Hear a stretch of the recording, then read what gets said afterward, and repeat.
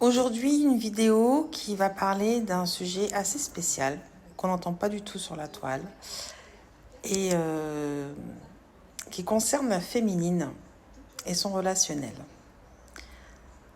Ce que je veux que vous sachiez, c'est que durant son parcours, la féminine va avoir beaucoup de surprises. Et parfois, ce ne sont pas de bonnes surprises. Alors, souvent, en tout cas, de ce que j'ai pu voir et même vivre, la féminine va avoir quelqu'un dans son entourage proche, quand je dis proche, c'est très proche, qui va la faire travailler. Va la faire travailler au niveau de l'activation de ses blessures. Parce que comme je vous l'ai dit, le masculin ne sera pas toujours là, et surtout en fin de parcours. Donc, la féminine va avoir un proche dans sa famille ou dans ses amitiés, dans sa sphère amicale. En général, c'est la famille, parce que ça active beaucoup plus les blessures, qui va la faire travailler. Et sans ce proche, elle ne pourrait pas évoluer. C'est-à-dire que ce proche va la faire souffrir, mais en même temps va la libérer et va l'aider à purifier son matériel traumatique, donc les blessures.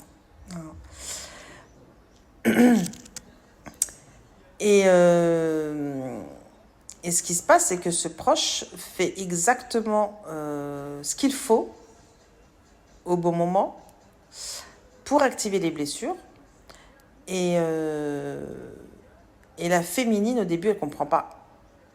Elle ne comprend pas parce qu'elle se dit « Non, mais attends, je suis dans un parcours d'âme. Tout le monde sur la toile disent que quand tu évolues, quand tu grandis, quand tu prends soin de toi, quand tu médites et que tu réfléchis. Pour moi, méditer, c'est réfléchir, avoir une réflexion sur soi-même et le monde qui t'entoure. Quand tu médites sur ce qui t'arrive, quand tu as une certaine réflexion et que tu rentres dans toi, dans ton intériorité, eh bien, les gens disent que autour de toi, cela s'améliore. Oui, c'est vrai, dans un certain sens, c'est pas faux. De toute façon, comme je vous l'ai dit, dans le faux, il y a du vrai, et dans le vrai, il y a du faux. Mais bon, passons. Et la féminine va être très surprise de voir que, oui, il y a des améliorations sur beaucoup de choses dans sa vie, mais il va y avoir quelqu'un qui va être là pour la titiller. Et quelqu'un de proche qui va lui en faire voir parfois de toutes les couleurs ou va avoir des comportements très surprenants qui vont être, donc ces comportements-là vont être un indicateur pour la féminine parce que cette personne-là, elle est une aide, c'est une aide. Alors elle, ce qu'elle vit, cette personne-là, j'ai pas encore compris. C'est-à-dire que son but de son existence, vis-à-ça de elle-même, ses propres traumas et ses propres blessures et son propre chemin, ça, je ne l'ai pas encore saisi. Et je pense que parfois aussi, on ne doit pas tout savoir. Ou bien on saura quand ça sera vraiment la fin du parcours. Donc cette personne-là, au début, la féminine, elle est interloquée. Elle se dit, mais c'est bizarre parce que ça va mieux dans plusieurs sphères de ma vie et tout, mais cette personne-là, elle est là et elle bouge pas en fait. Elle est là, elle me titille, c'est l'ascenseur émotionnel, etc. Et c'est un guide, cette personne. Parce qu'elle va vous montrer, au fur et à mesure de votre avancement, à quel point vous évoluez. Parce que cette personne-là va vous montrer votre évolution. Et comme elle active très fort vos blessures, ben, vous sentirez guéri au niveau du relationnel, au niveau des émotions, quand vous verrez que vous aurez réussi à élaborer vos blessures qu'elle vous a activées et qu'à chaque fois, vous mettez de nouvelles résolutions avec cette personne-là pour votre priorisation et votre parcours d'âme personnel même, hein, votre réunion avec vous-même.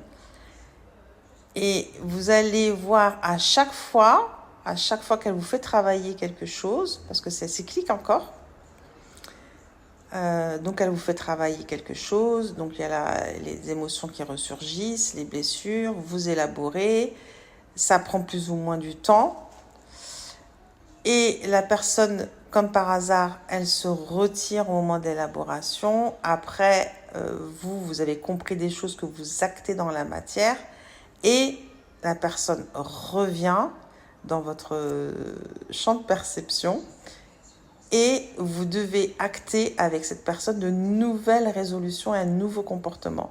Et elle vous fait encore travailler jusqu'à affiner, jusqu'au moment où vous aurez un lâcher-prise et vous n'aurez plus d'activation de blessure, et jusqu'au moment où vous aurez ce détachement qu'on vous demande tant dans ce parcours, mais pas un détachement, comme je vous l'ai dit, du type bouddhiste, je m'en fous de tout et bisounours, c'est pas du tout ça. C'est un détachement qui aura été travaillé pendant de longs mois et qui aura été un indicateur à chaque fois de votre avancement. Et jusqu'à la fin, arriver à ce détachement émotionnel qui laisse la problématique à l'autre et que vous ne ressentez que des choses positives en vous. Peu importe ce que la personne peut vous dire ou faire. Et surtout, c'est que cette personne-là, comme par hasard, elle n'active plus rien et elle ne fait plus rien de suspect, d'irrespectueux ou de voilà. Et c'est très très étrange parce que là où c'est pas dit dans les réseaux, c'est que et c'est là qu'on voit les parcours d'âme, hein,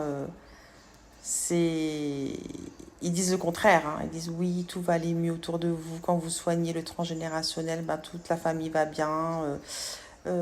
En fait, c'est pas du tout ça. C'est un parcours très très personnel. Oui, vous soignez certainement le transgénérationnel, mais pas complètement. Il y a toujours quelqu'un que vous aimez, parce que c'est important, qui vous aime, mais qui vous fera travailler.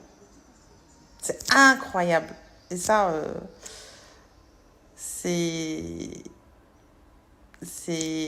validé et je l'ai attesté, validé et vu et entendu et vécu. Donc c'est regarder qui vous fait travailler autour de vous d'une façon très profonde.